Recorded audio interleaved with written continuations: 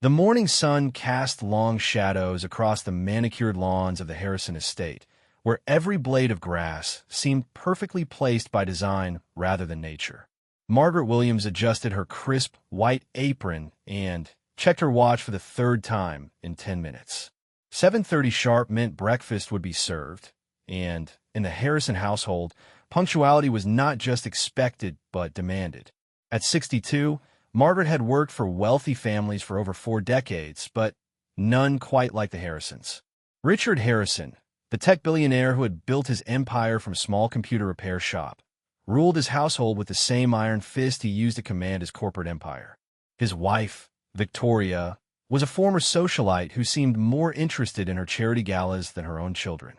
Their twin daughters, Emma and Sophie, were 8 years old and as different as night and day. Emma was the quiet one, always reading in corners and asking thoughtful questions that surprised adults.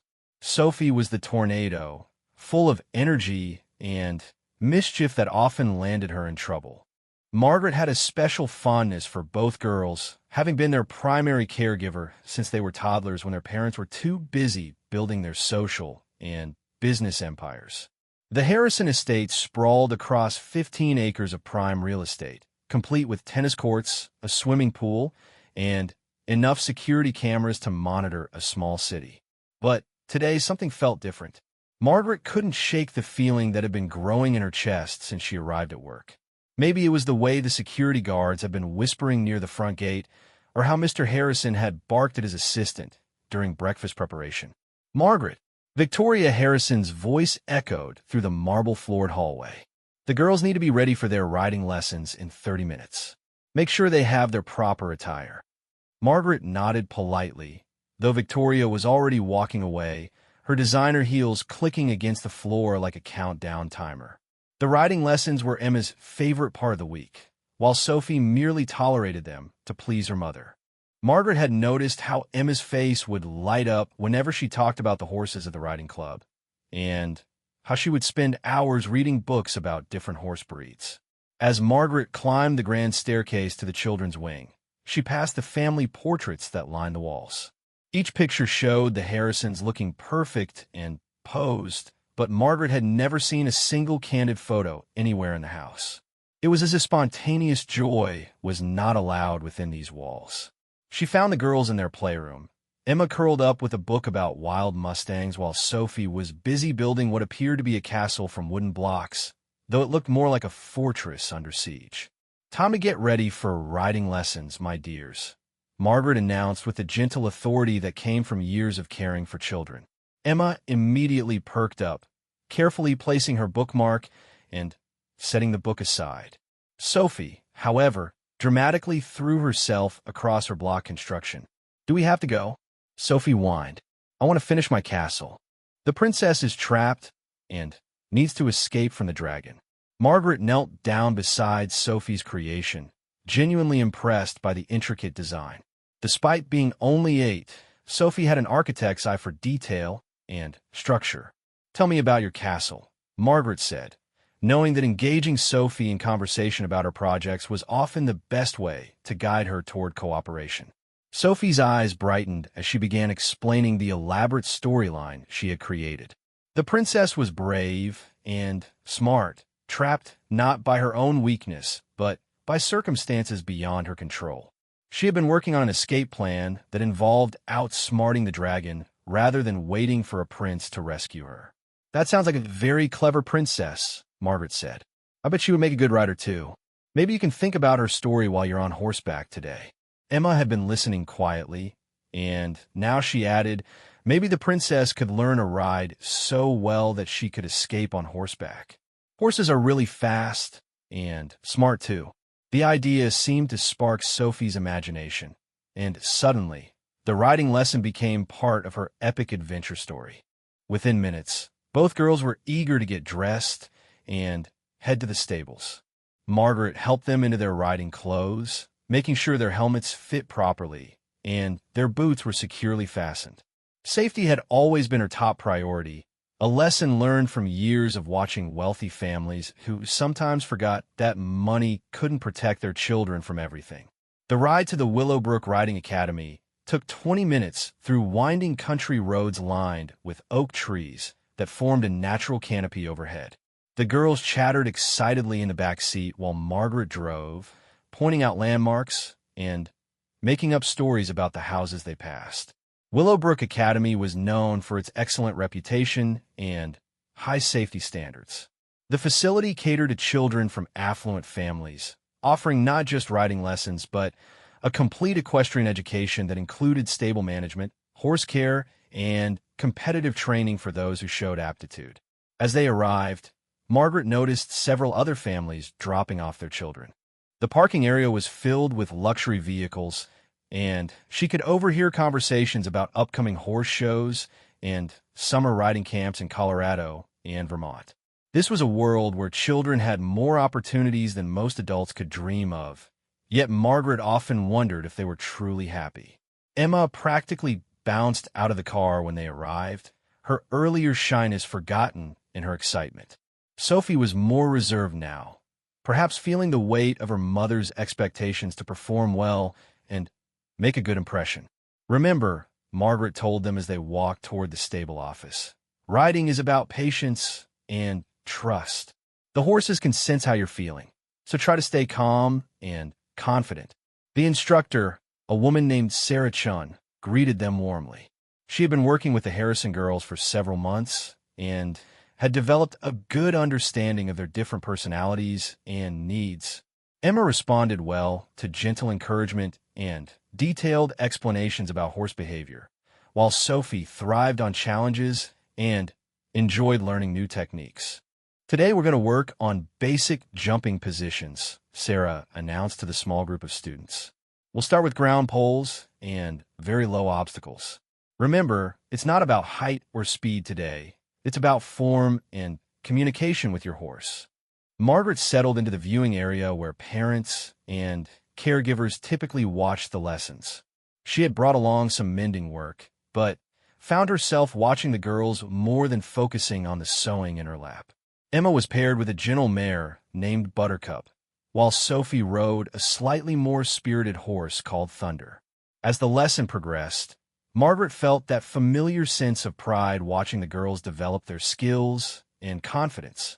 Emma's natural empathy seemed to translate perfectly to her relationship with Buttercup.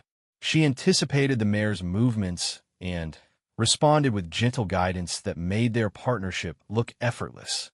Sophie's approach was more assertive, which worked well with Thunder's more energetic personality. She was fearless about the jumping exercises and seemed to enjoy the physical challenge of maintaining proper position while navigating obstacles. About halfway through the lesson, Margaret noticed a commotion near the entrance to the riding arena. A large dog had somehow gotten onto the property and was running loose near the fence line. The animal appeared agitated and was barking aggressively at the horses and riders. Sarah immediately called for the riders to halt and gather in the center of the arena, away from the fence where the dog was creating a disturbance. Most of the horses remained calm, well trained to handle unexpected situations, but the noise and movement were clearly causing some anxiety among both animals and riders. "Everyone stay where you are," Sarah called out in a firm but reassuring voice. "We're going to wait for someone to secure the dog before we continue." Margaret stood up from her seat, her maternal instincts immediately alert. The dog was large, possibly a mixed breed with some pit bull characteristics, and its behavior suggested it might be frightened or confused rather than naturally aggressive. However, fear could make any animal dangerous, especially around children and horses. The stable manager and two assistants were already moving toward the dog with leads and treats, trying to calm the situation. They approached slowly and spoke in soothing tones, recognizing that cornering a frightened animal would only escalate the problem. For several minutes, it seemed like the situation was under control. The dog had stopped barking and was allowing the staff to approach gradually. The riders remained clustered in the center of the arena, and the horses seemed to be settling down. Then, something went wrong. A car backfired in the parking lot, creating a sharp, explosive sound that startled everyone within hearing distance. The dog, already on edge, panicked at the sudden noise and bolted toward the arena fence. In its frightened state, the animal managed to squeeze through a gap in the fencing that had probably seemed too small to be a concern. Once inside the arena, the dog became more agitated, surrounded by large horses, and unable to find an easy escape route. Sarah immediately began calling for backup while trying to move the riders toward the far end of the arena. Most of the children followed instructions well, but Emma, in her concern for Buttercup, had dismounted to try to calm her horse when the mare began showing signs of stress. Margaret watched in horror as the confused dog, looking for any way out of what it perceived as a threatening situation, focused on Emma as the smallest and most vulnerable target in the arena. The animal's body language shifted from confused fear to aggressive intent as it began moving toward the little girl. "Emma," Margaret shouted, already moving toward the arena fence. "Stay still." But 8-year-old Emma, frightened and trying to protect her beloved Buttercup, made the mistake of turning to run. The movement triggered the dog's chase instinct, and suddenly, what had been a tense but manageable situation became a life-threatening emergency. The dog launched itself toward Emma with a speed and force that demonstrated just how dangerous the situation had become. Margaret's heart stopped as she watched the animal close the distance between itself and the little girl who had become like her own daughter over the years of caring for her.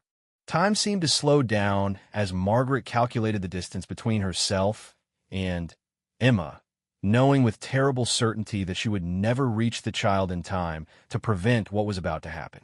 The riding instructor and stable staff were also too far away, their own movements seeming sluggish against the dog's frightening speed. Emma stumbled as she tried to run, her riding boots not designed for quick movement on the arena footing. She fell to her knees just as the dog reached her, its jaws open and aimed at her small, vulnerable form. In that moment of absolute terror, Margaret did the only thing she could do. She vaulted over the arena fence with an agility that surprised everyone, including herself, and threw herself between the attacking dog and the child she had sworn to protect. The impact knocked all the air from Margaret's lungs as the dog's momentum carried both of them to the ground.